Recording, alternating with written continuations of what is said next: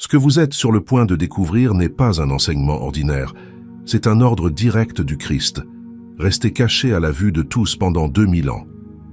Une instruction si urgente, si spécifique, si radicale, que la plupart des croyants ne l'ont jamais entendue du haut de la chair. Car ce que Jésus a ordonné de faire dans les premières 24 heures de la tribulation, ce n'est pas prier, ce n'est pas prêcher, ce n'est pas se rassembler à l'église, c'est quelque chose de bien plus extrême. Et quand vous comprendrez pourquoi il a donné cet ordre, vous réaliserez que votre vie pourrait en dépendre. Il y a un commandement de Jésus qui n'est presque jamais enseigné dans les églises.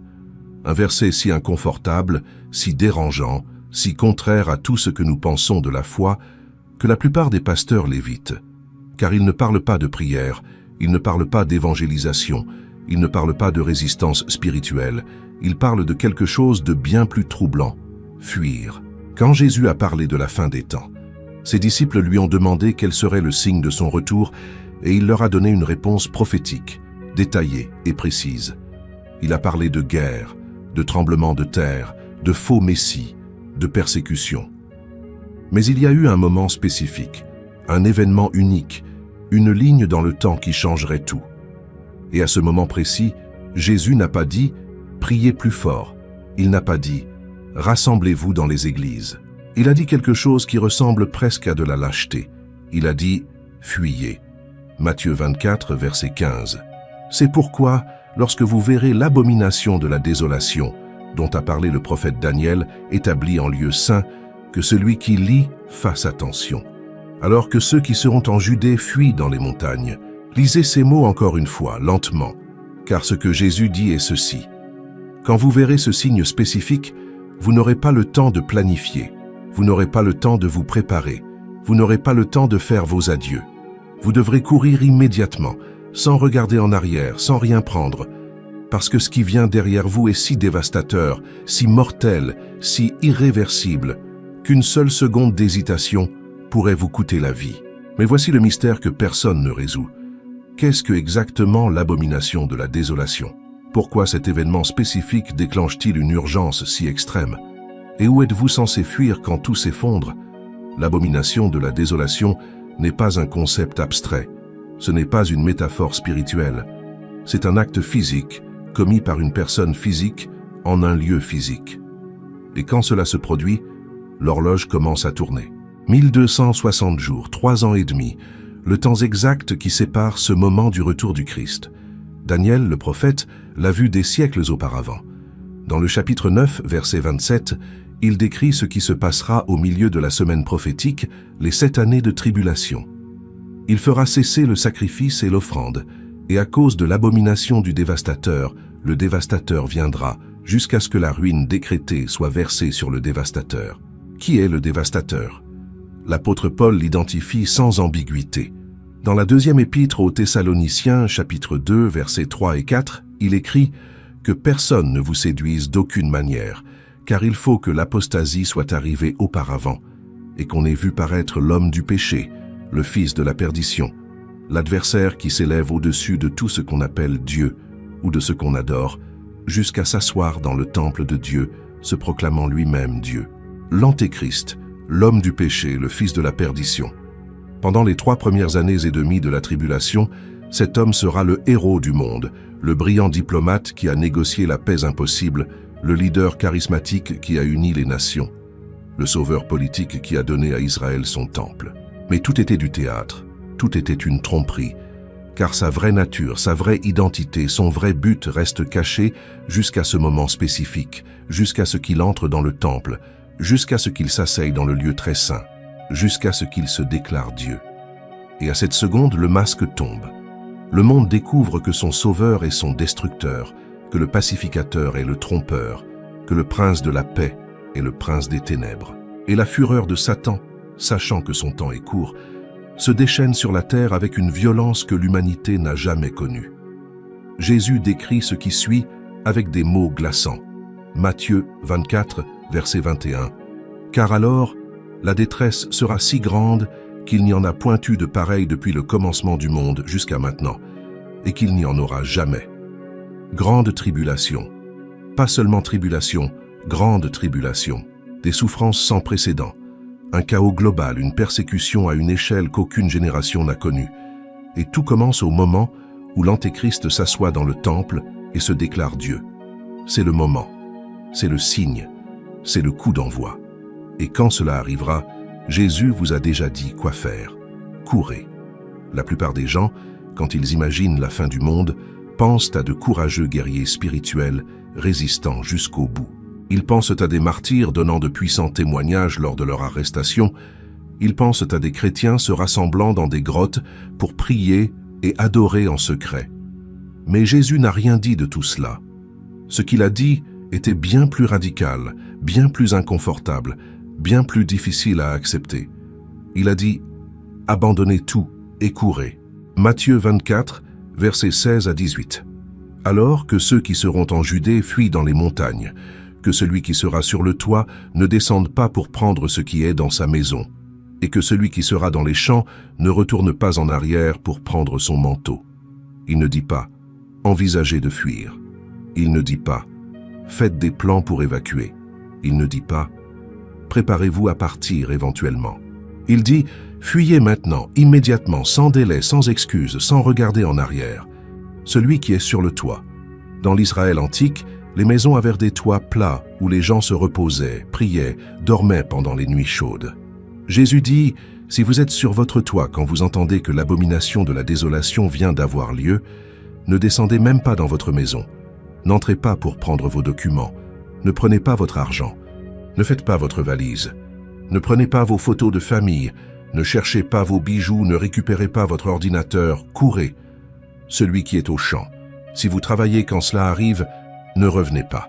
Ne retournez pas chercher des provisions. Ne vous arrêtez pas pour dire au revoir à qui que ce soit. Allez maintenant. L'urgence dans les paroles du Christ est terrifiante, car ce qui vient derrière vous n'est pas quelque chose que vous pouvez négocier. Ce n'est pas quelque chose que vous pouvez résister par la foi. Ce n'est pas quelque chose dont vous pouvez vous cacher dans votre maison. C'est quelque chose de si immédiat, de si mortel, de si implacable, que chaque seconde de retard réduit vos chances de survivre. Pourquoi Jésus est-il si catégorique sur la fuite immédiate? Parce que ce qui suit l'abomination de la désolation arrive rapidement. Marc, dans son récit du même discours, ajoute un détail crucial. Marc 13, versets 14 à 16. Lorsque vous verrez l'abomination de la désolation établie là où elle ne doit pas être, que celui qui lit fasse attention, alors que ceux qui seront en Judée fuient dans les montagnes. Établie là où elle ne doit pas être. L'abomination n'est pas seulement un concept spirituel. C'est un acte physique commis par une personne physique, se tenant dans un lieu physique où elle n'a pas le droit d'être. Et au moment où elle se tient là, une réaction en chaîne commence.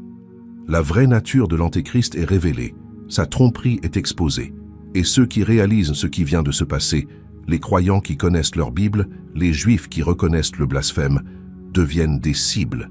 Car une fois que l'Antéchrist se déclare Dieu, il ne peut permettre à quiconque refuse de l'adorer de vivre librement. Ils sont une menace pour son autorité, un défi à sa divinité, un rappel qu'il est un imposteur.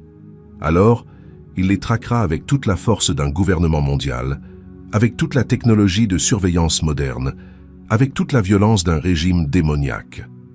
La fenêtre pour s'échapper est étroite et elle se referme vite. Mais voici la question qui devrait vous trotter dans l'esprit. Jésus dit « Fuyez dans les montagnes ». Mais quelles montagnes?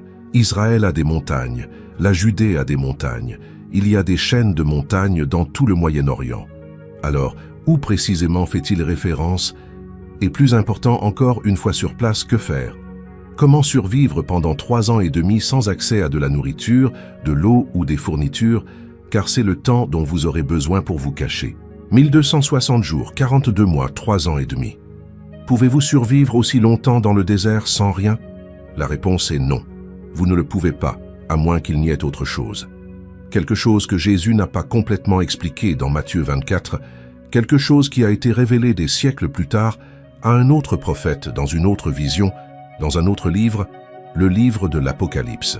Car il s'avère que Dieu ne vous ordonne pas seulement de fuir, il vous dit exactement où aller et promet que quand vous arriverez là-bas, il vous y attendra. Ouvrez votre Bible sur l'Apocalypse, chapitre 12. C'est l'un des chapitres les plus symboliques et prophétiquement précis de toute l'Écriture.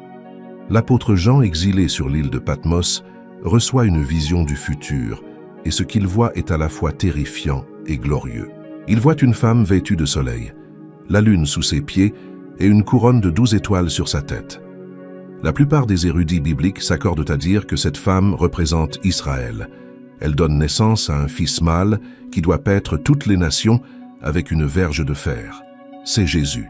Et le dragon, Satan, tente de dévorer l'enfant, mais l'enfant est enlevé vers Dieu et vers son trône. C'est l'ascension du Christ après sa résurrection. Mais ensuite, la vision change. Elle se déplace vers un événement futur, quelque chose qui se passe pendant la tribulation. Apocalypse 12, verset 6. Et la femme s'enfuit dans le désert, où elle avait un lieu préparé par Dieu, afin qu'elle y fût nourrie pendant 1260 jours. La femme s'enfuit dans le désert, exactement comme Jésus a dit, « Fuyez dans le désert, dans les montagnes ». Mais remarquez les détails, des détails qui changent tout. Détail numéro 1, un lieu préparé par Dieu.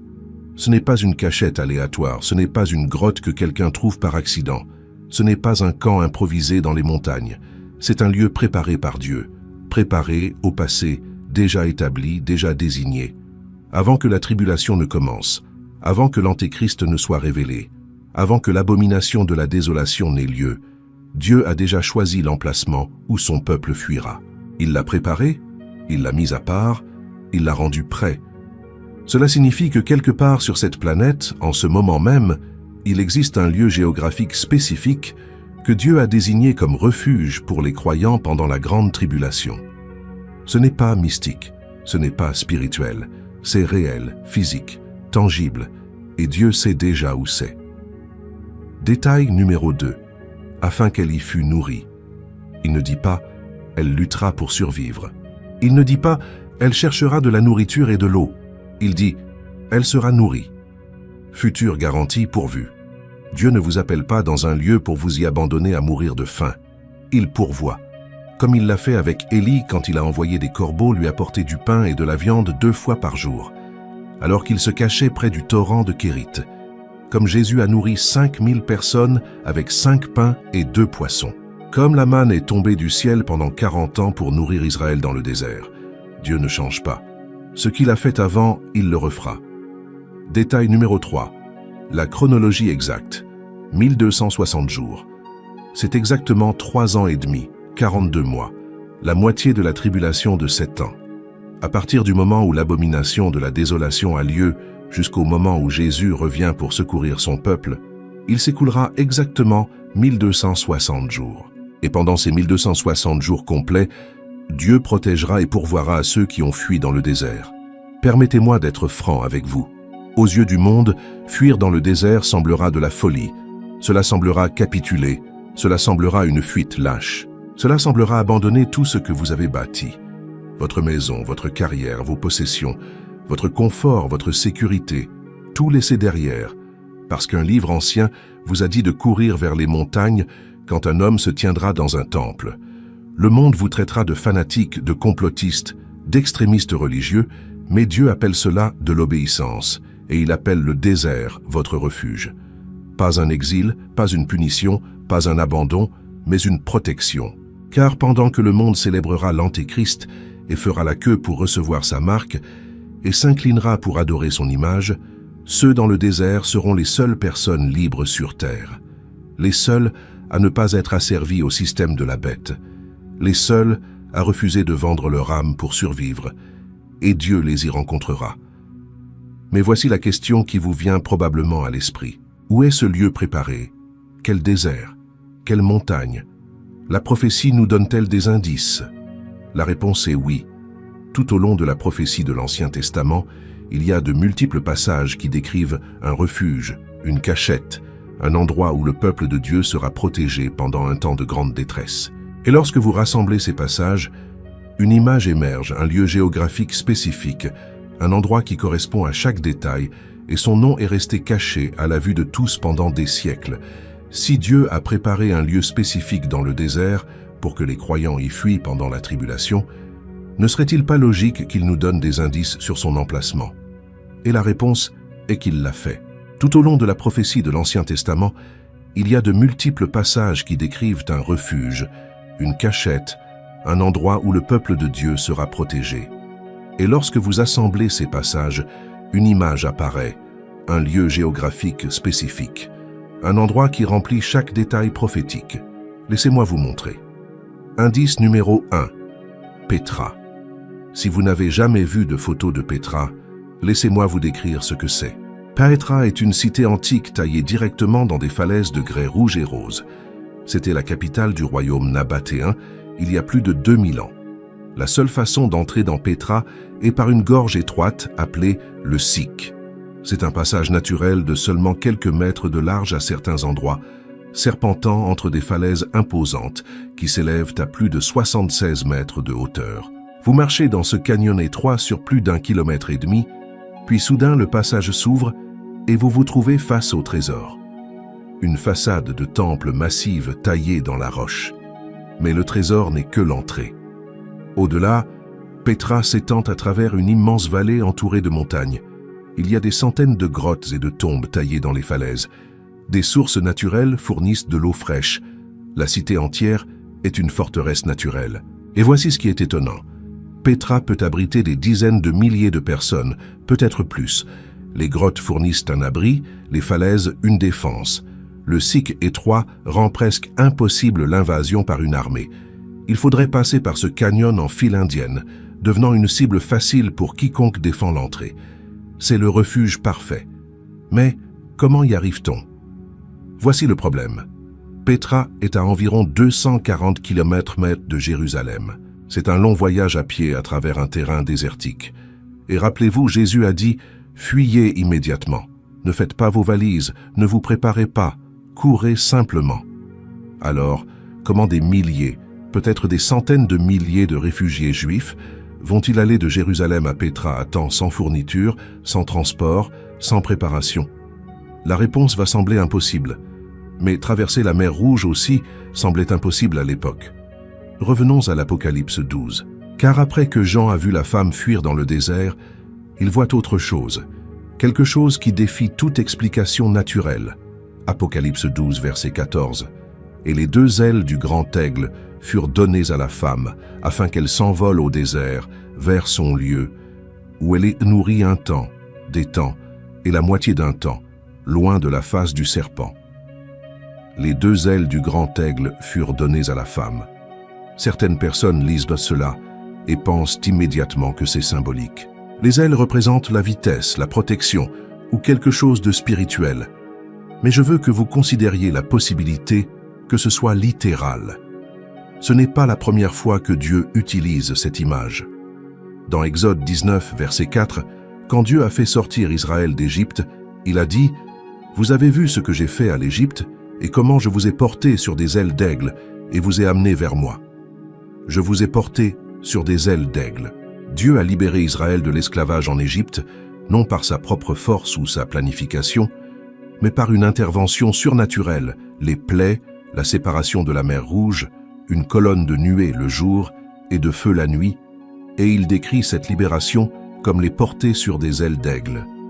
Dans l'Exode, c'est clairement un langage métaphorique décrivant la provision miraculeuse de Dieu. Mais dans Apocalypse 12, le contexte est différent. Jean voit une vision d'un événement futur, et il voit la femme, Israël, littéralement voler vers le désert sur des ailes. Cela pourrait-il être un transport angélique? Les anges pourraient-ils physiquement porter des personnes en lieu sûr? Absolument. Nous le voyons dans les Écritures.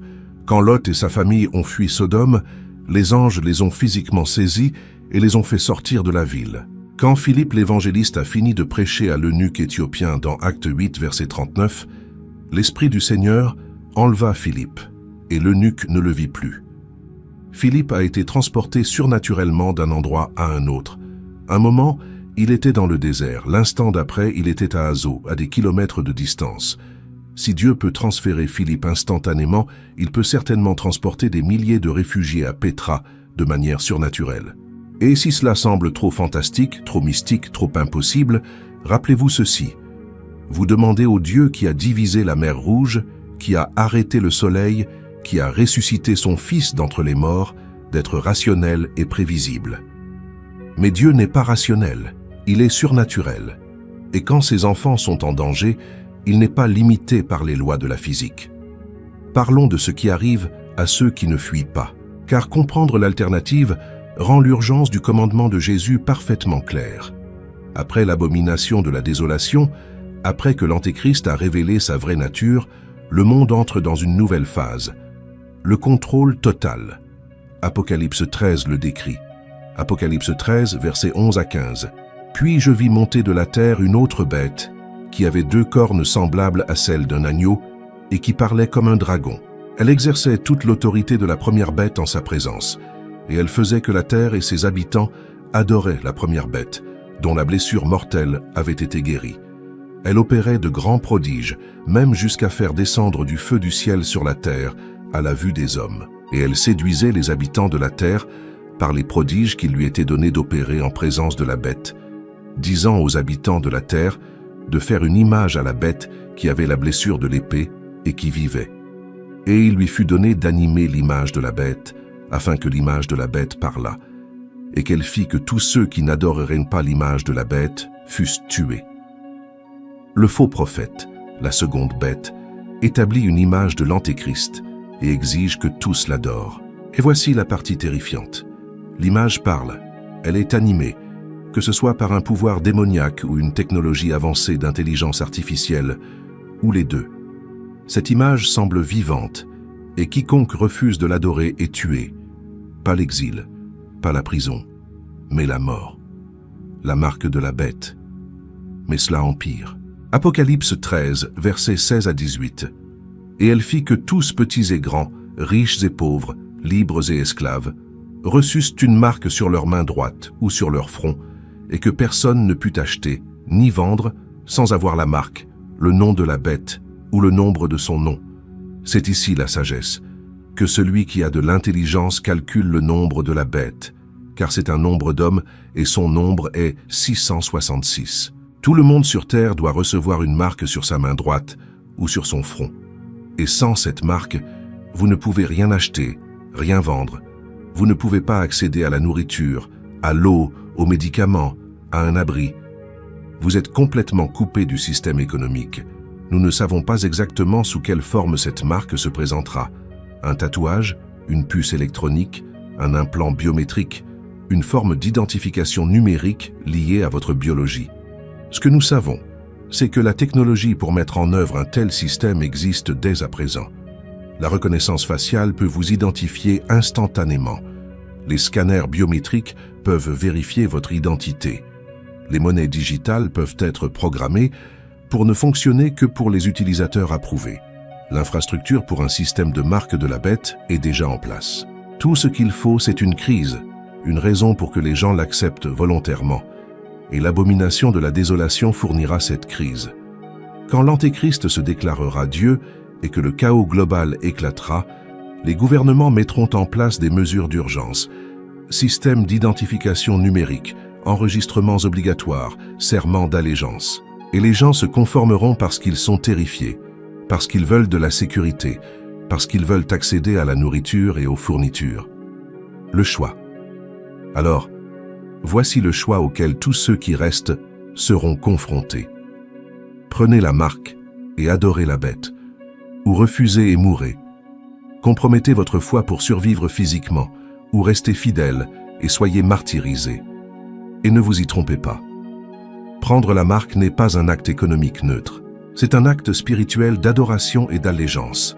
Apocalypse 14, versets 9 à 11, le dit absolument clairement. Et un troisième ange les suivit, en disant d'une voix forte, « Si quelqu'un adore la bête et son image, et reçoit une marque sur son front ou sur sa main, il boira lui aussi du vin de la fureur de Dieu, versé sans mélange dans la coupe de sa colère, et il sera tourmenté dans le feu et le soufre, devant les saints anges et devant l'agneau. Et la fumée de leur tourment monte au siècle des siècles, et ils n'ont de repos ni jour ni nuit, ceux qui adorent la bête et son image, et quiconque reçoit la marque de son nom. » Prendre la marque, c'est la condamnation éternelle, sans excuse, sans grâce, sans retour. Car en prenant la marque, vous ne vous soumettez pas seulement à un système politique, vous adorez Satan, vous rejetez le Christ, Vous vendez votre âme pour de la nourriture temporaire. C'est pourquoi Jésus a dit « Fuyez », car l'alternative n'est pas de combattre vaillamment. L'alternative n'est pas de résister héroïquement jusqu'au bout. L'alternative est celle-ci, acceptez la marque et perdez votre âme pour toujours, ou refusez de l'accepter et soyez exécutés publiquement. C'est la seule option pour ceux qui restent. Il n'y a pas de juste milieu, pas de zone grise, pas moyen de tromper le système. Soit vous adorez la bête, soit vous mourrez. Mais pour ceux qui fuient quand Jésus dit de fuir, il y a une troisième option. La survie, la liberté, la protection divine. Dans le désert, où Dieu a déjà préparé un lieu. Il y a quelque chose que vous devez comprendre sur le moment de la fuite. Ce n'est pas quelque chose que vous pouvez planifier à l'avance. Ce n'est pas quelque chose pour lequel vous pouvez vous préparer méticuleusement. Ce n'est pas quelque chose que vous pouvez reporter jusqu'à ce que vous vous sentiez prêt. Car quand l'abomination de la désolation arrivera, vous n'aurez pas un préavis de 30 jours. Vous n'aurez pas une semaine pour régler vos affaires. Vous n'aurez même pas 24 heures complètes pour organiser votre fuite. Vous aurez des minutes, peut-être seulement des minutes, parce que l'Antéchrist n'annoncera pas ses intentions à l'avance. Il ne publiera pas un calendrier disant « Mardi prochain à 15 heures, j'entrerai dans le temple et me déclarerai Dieu ». Il le fera soudainement, sans avertissement, à un moment calculé pour maximiser le choc et minimiser la résistance. Et quand il le fera, le monde entier le saura presque instantanément. Les caméras seront là, les réseaux sociaux exploseront, les nouvelles seront diffusées en direct. En quelques secondes, des milliards de personnes verront le leader du monde debout dans le lieu très saint du temple de Jérusalem, se déclarant Dieu. Et à cet instant même, tout changera. Les chrétiens qui connaissent leur Bible réaliseront ce qui vient de se passer. Les Juifs qui comprennent les prophéties de Daniel reconnaîtront le blasphème et sauront que l'horloge vient de commencer. 1260 jours jusqu'au retour de Jésus. 3 ans et demi d'enfer sur terre.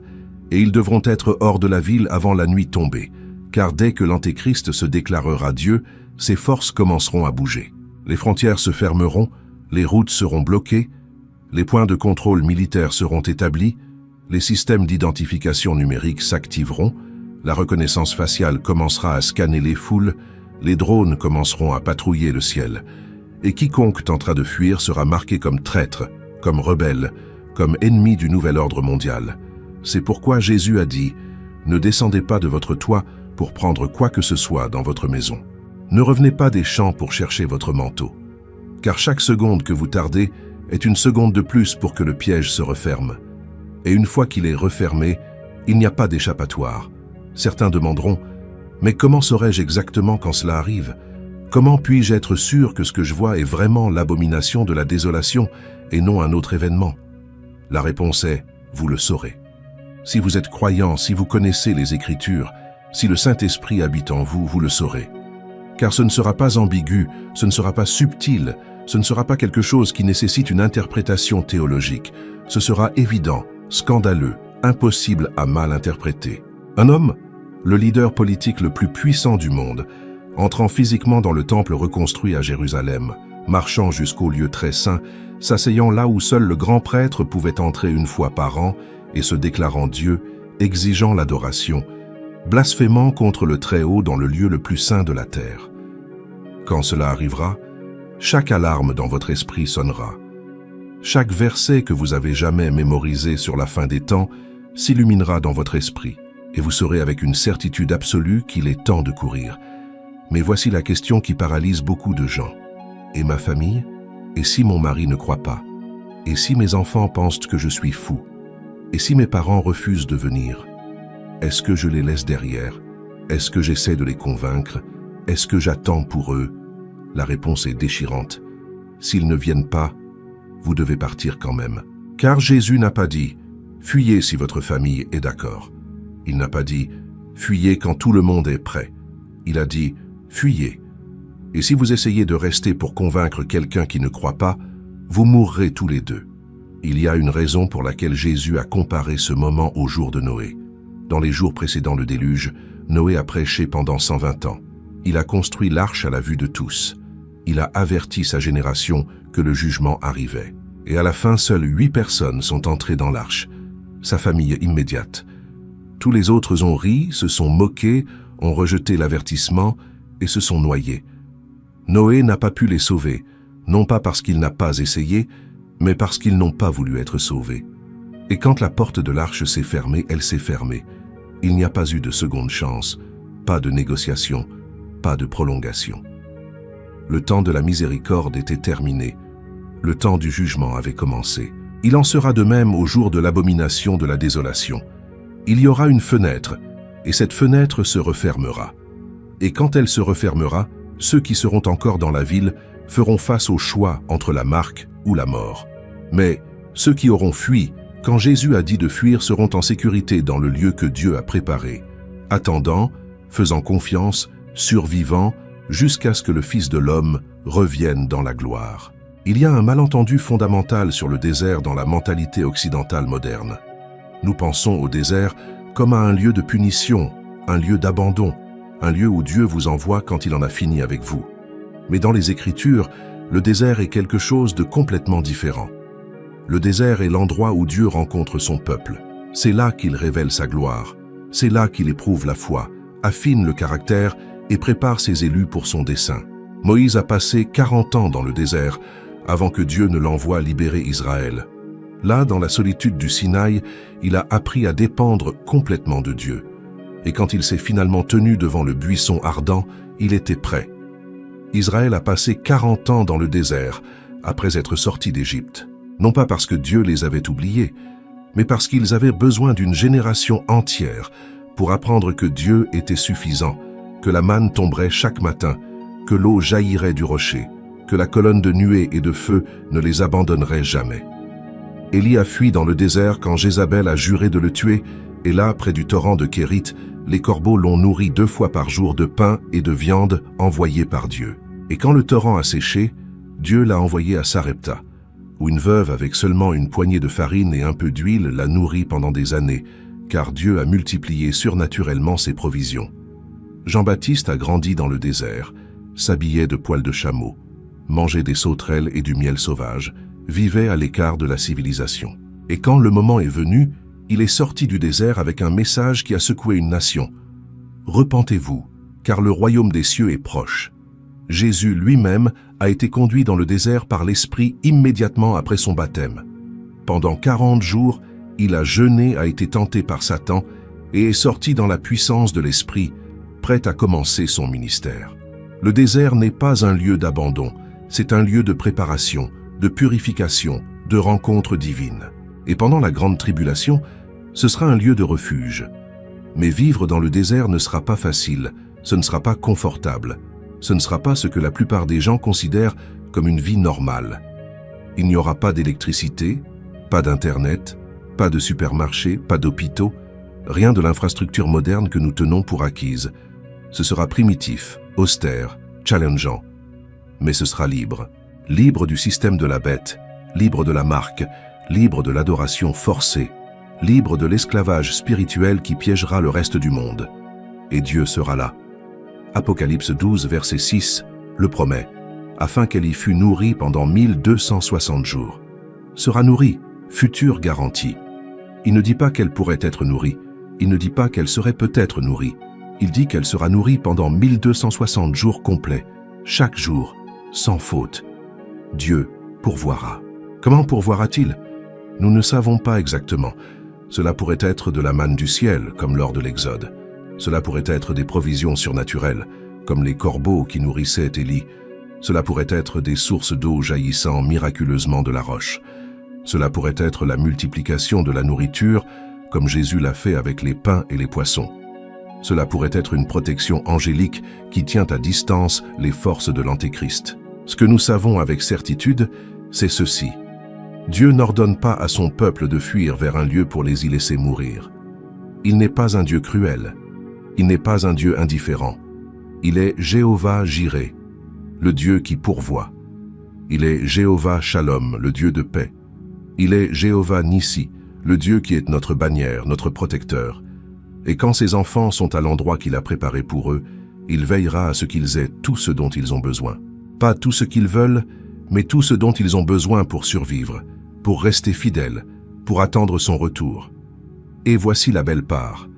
pendant que le monde souffre sous le règne de l'Antéchrist, pendant que les gens font la queue pour recevoir la marque juste pour acheter de la nourriture, pendant que l'économie globale s'effondre et que le chaos règne, ceux dans le désert vivront dans une paix relative.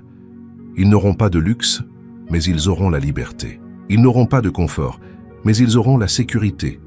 Ils n'auront pas l'abondance, mais ils auront assez.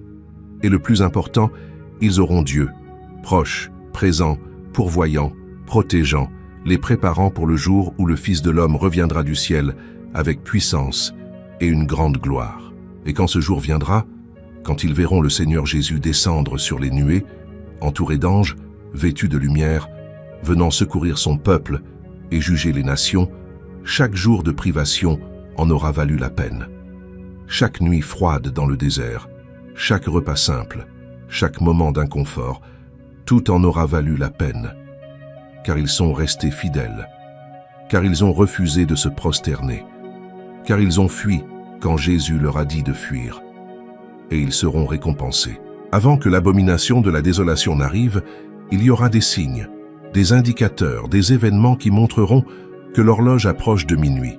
Et si vous êtes attentifs, si vous veillez, si votre œil est sur les Écritures et votre cœur accordé à l'Esprit, vous ne serez pas pris par surprise. Jésus a dit dans Luc 21, versets 28 à 31, « Quand ces choses commenceront à arriver, redressez-vous et levez vos têtes, parce que votre délivrance est proche. » Et il leur dit une parabole. « Voyez le figuier et tous les arbres. Dès qu'ils ont poussé, vous savez de vous-même, en les regardant, que l'été est déjà proche. De même, quand vous verrez ces choses arriver, sachez que le royaume de Dieu est proche. Quand vous verrez les signes, vous saurez. Tout comme vous savez que l'été approche quand les bourgeons apparaissent, vous saurez que la fin est proche quand vous verrez les prophéties s'accomplir. Alors quels sont ces signes? Premièrement, Israël. Israël est l'horloge prophétique de Dieu. Depuis qu'Israël est redevenu une nation en 1948, l'horloge prophétique a commencé à tourner. Pendant 2000 ans, les Juifs ont été dispersés dans le monde entier, sans patrie, sans temple, sans sacrifice. Mais Ézéchiel 37 a prophétisé que Dieu les ramènerait. Les ossements desséchés revivraient, la nation serait restaurée. Et c'est arrivé contre toute logique, contre toute probabilité, Israël a ressuscité. Deuxièmement, Jérusalem. Jésus a dit dans Luc 21, verset 24, « Ils tomberont sous le tranchant de l'épée, ils seront emmenés captifs parmi toutes les nations. Et Jérusalem sera foulée aux pieds par les nations, jusqu'à ce que les temps des nations soient accomplis. » En 1967, pendant la guerre des 6 jours, Israël a repris Jérusalem pour la première fois depuis plus de 2000 ans. Jérusalem était de nouveau sous contrôle juif. Les temps des nations touchent à leur fin. Troisièmement, la reconstruction du temple. Pour que l'abomination de la désolation ait lieu, il doit y avoir un temple. L'Antéchrist ne peut pas entrer dans le lieu très saint s'il n'y a pas de lieu très saint. Donc, un troisième temple doit être construit à Jérusalem. Actuellement, il n'y a pas de temple sur le mont du Temple, seulement le dôme du rocher, une mosquée islamique. Mais des organisations juives orthodoxes ont déjà préparé tout le nécessaire pour reconstruire le temple. Les plans sont prêts. Les ustensiles du temple ont été créés. Les prêtres lévites ont été formés. Les matériaux sont stockés. Tout ce qui manque est l'autorisation politique pour commencer la construction. Et quand cette autorisation viendra, probablement dans le cadre d'un traité de paix négocié par l'Antéchrist, le temple sera construit rapidement. Certains estiment qu'il pourrait être achevé en seulement 3 ans. Quatrièmement, le traité de paix. Daniel 9, verset 27 dit « Il fera une solide alliance avec plusieurs pour une semaine. » L'Antéchrist confirmera ou renforcera un traité de paix avec Israël et avec de nombreuses nations. Ce traité marquera le début officiel de la tribulation de 7 ans. Actuellement, le Moyen-Orient est plus proche d'un accord de paix global qu'à tout autre moment de l'histoire. Les accords d'Abraham ont normalisé les relations entre Israël et plusieurs nations arabes. Mais il manque encore le grand accord, l'accord qui résoudra le conflit israélo-palestinien, l'accord qui permettra la reconstruction du temple. Et quand cet accord viendra, prêtez attention à qui le négocie, car cet homme pourrait être l'Antéchrist. Cinquièmement, l'apostasie. Deuxième épître aux Thessaloniciens 2, verset 3 dit « Que personne ne vous séduise d'aucune manière, car il faut que l'apostasie soit arrivée auparavant. L'apostasie signifie l'abandon de la foi, et nous la voyons maintenant. Des églises qui nient l'autorité des Écritures, des dénominations qui approuvent le péché, des pasteurs qui prêchent un évangile différent, des chrétiens qui ont honte du Christ. La foi historique est rejetée au profit d'une spiritualité vague et centrée sur l'homme. L'apostasie est là. Sixièmement, l'augmentation de la connaissance et des voyages. Daniel 12, verset 4 dit « Toi, Daniel, tiens secrètes ces paroles, et scelle le livre jusqu'au temps de la fin.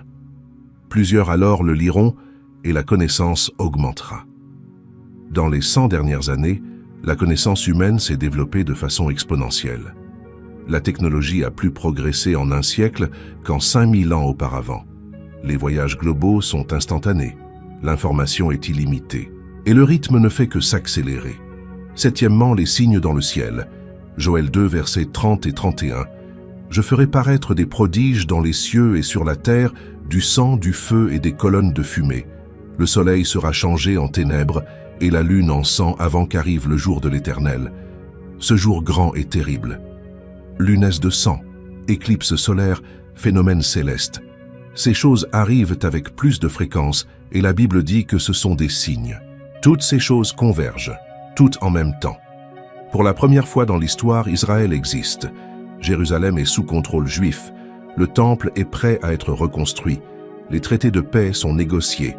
L'apostasie augmente. La technologie pour le système de la marque existe. Les signes sont là. Maintenant, il y a une question que vous ne pouvez éviter. Une question qui déterminera si vous survivez aux premières 24 heures de la grande tribulation ou si vous êtes pris au piège du système de la bête. Et la question est celle-ci. Allez-vous obéir quand vous verrez l'abomination de la désolation? Quand vous verrez l'Antéchrist debout dans le temple se déclarant Dieu, quand chaque alarme prophétique dans votre esprit se mettra à sonner, allez-vous obéir à ce que Jésus a commandé? Ou allez-vous hésiter? Allez-vous rationaliser? Allez-vous penser « Eh bien, peut-être que ce n'est pas vraiment ce que je crois. Peut-être que je devrais attendre et voir ce qui se passe.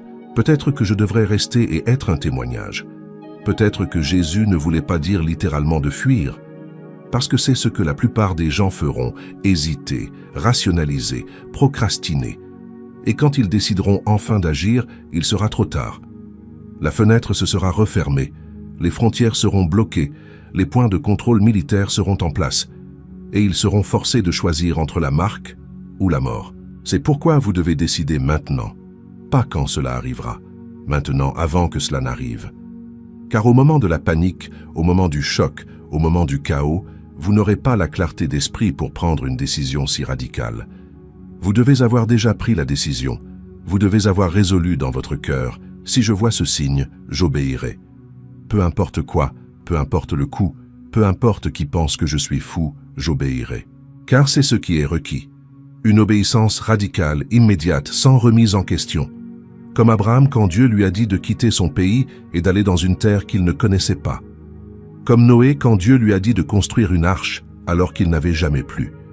Comme Moïse quand Dieu lui a dit de se tenir devant Pharaon et d'exiger la libération d'Israël.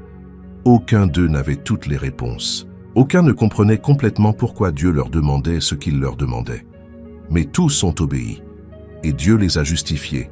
Dieu les a protégés. Dieu a tenu ses promesses. Maintenant, permettez-moi d'être clair sur quelque chose. Je ne dis pas de faire vos valises et de déménager dans le désert maintenant. Je ne dis pas de tout vendre et d'acheter une grotte à Petra aujourd'hui.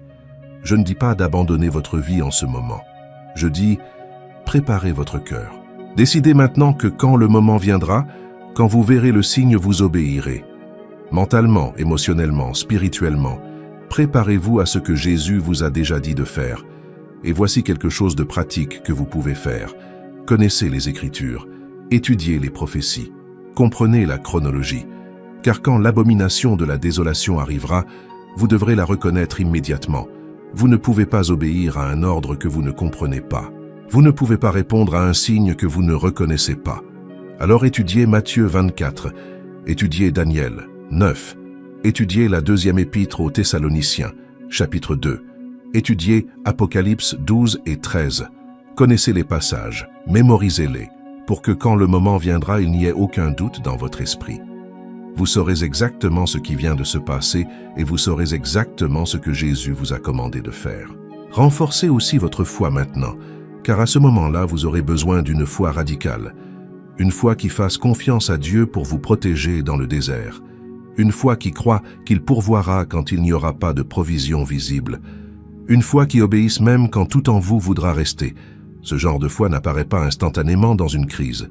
Elle se construit jour après jour, choix après choix, dans les petites décisions d'obéissance que vous prenez maintenant. Vous obéissez à Dieu quand il vous demande de pardonner à quelqu'un qui vous a blessé. Vous obéissez quand il vous demande d'être généreux avec votre argent. Vous obéissez quand il vous demande de dire la vérité, même quand c'est coûteux.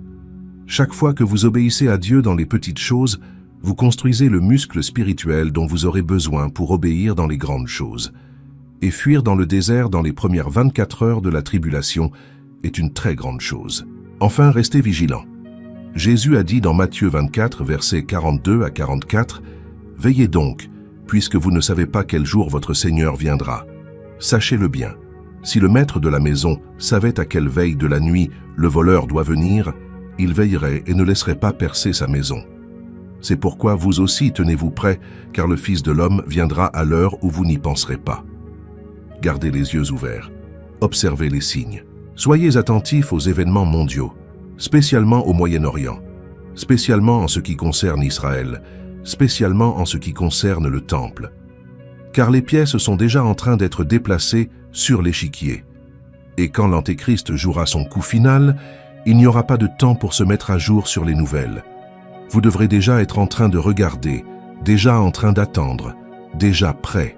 La question est, serez-vous prêt ou serez-vous pris par surprise comme le reste du monde? Il y a quelque chose à propos de la tribulation que presque personne n'enseigne, quelque chose qui change complètement la façon dont nous comprenons cette période. Et c'est ceci. La tribulation n'est pas principalement un jugement, c'est une miséricorde. Oui, il y aura du jugement. Oui, il y aura de la colère. Oui, les sceaux, les trompettes et les coupes seront déversés sur la terre. Mais derrière tout ce jugement, il y a un but rédempteur. Dieu donne à l'humanité une dernière chance. Une dernière chance de se repentir. Une dernière chance de choisir. Une dernière chance de crier vers lui avant qu'il ne soit trop tard. Apocalypse 7 décrit quelque chose de beau. Au milieu du chaos, au milieu de l'ouverture des sceaux, Jean voit une foule immense que personne ne pouvait compter, de toute nation, de toute tribu, de tout peuple et de toute langue, se tenant devant le trône, vêtus de robes blanches et des palmes dans leurs mains. Qui sont-ils? Verset 14. Ce sont ceux qui viennent de la grande tribulation. Ils ont lavé leurs robes et ils les ont blanchies dans le sang de l'agneau. Des millions de personnes seront sauvées pendant la tribulation. Des millions qui refuseront la marque. Des millions qui refuseront d'adorer la bête. Des millions qui choisiront de mourir plutôt que de renier le Christ. Ils seront martyrisés, mais ils seront sauvés éternellement. Et cela, c'est la miséricorde. Car Dieu aurait pu en finir avec tout au calvaire. Il aurait pu déverser sa colère finale quand Jésus est mort sur la croix. Il aurait pu dire « Assez, l'humanité a eu sa chance, c'est terminé ». Mais il ne l'a pas fait. Au lieu de cela, il a donné 2000 ans de grâce, 2000 ans de patience, 2000 ans de chance après chance pour que les gens se repentent et croient. Même maintenant, même dans les derniers jours, même pendant la tribulation, il étend encore sa miséricorde. Il appelle encore, il sauve encore. Mais il viendra un moment où la miséricorde prendra fin, un moment où la porte se fermera, un moment où le temps de la grâce expirera. Et ce moment est quand la 7e coupe est déversée. Apocalypse 16, versets 17 à 21. Le 7e ange versa sa coupe dans l'air, et il sortit du temple, du trône, une voix forte qui disait « C'en est fait !» Et il y eut des éclairs, des voix, des tonnerres, et un grand tremblement de terre, tel qu'il n'y avait jamais eu depuis que l'homme est sur la terre, un aussi grand tremblement. La grande ville fut divisée en 3 parties, et les villes des nations tombèrent, et Dieu se souvint de Babylone la grande, pour lui donner la coupe du vin de son ardente colère. Toutes les îles s'enfuirent, et les montagnes ne furent pas retrouvées. Et une grosse grêle, dont les grêlons pesaient un talent, tomba du ciel sur les hommes, et les hommes blasphémèrent Dieu à cause de la plaie de la grêle, parce que cette plaie était très grande. C'en est fait.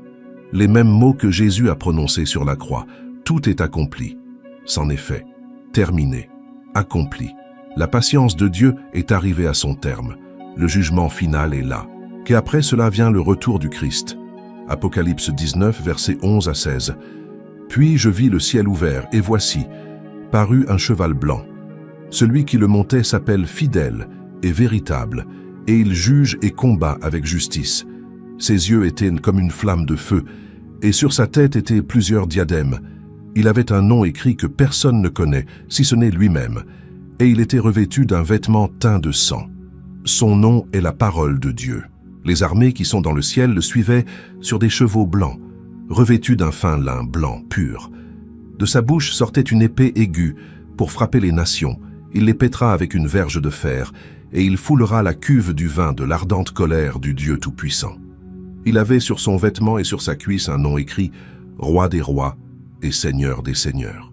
Jésus revient non pas comme l'agneau humble venu la première fois, mais comme le lion conquérant, le juge de toute la terre, le roi qui écrasera ses ennemis et établira son royaume pour toujours.